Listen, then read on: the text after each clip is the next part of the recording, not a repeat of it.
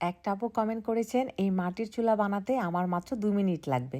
আচ্ছা আপু, আপনার ২ মিনিট কিভাবে লাগবে? মানে চাপা তো ধরেন সবাই ছাড়ে একটু, একটু।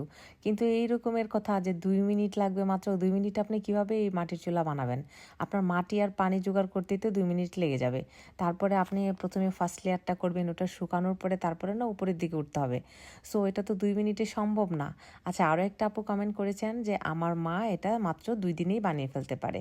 আমি তো আপনার মায়ের সাথে তুলনা দেইনি। আন্টি আসসালামু আলাইকুম। আপনার সাথে আমার কোনো তুলনাই হয় না, যেহেতু আপনি একজন মুরব্বী মানুষ, আপনি অবশ্যই ২ দিনে বানাতে পারেন। কিন্তু আমি কিন্তু আমার ভিডিওতে বারবার বলেছি, আমি এই জীবনের ১ম চুলা বানাচ্ছি। তাই আমার তো একটু সময় লাগবে, এটাই স্বাভাবিক, তাই না? কিন্তু দেখেন আন্টি, আপনার মেয়ে আমার ছোট বোনটি কিরকম কমেন্ট করে বসেছে। আপনার সাথে আমার তুলনা দিয়ে বসেছে। আরেকটি আপু কমেন্ট করেছেন, আপু আপনি মাটি কোথায় পেলেন?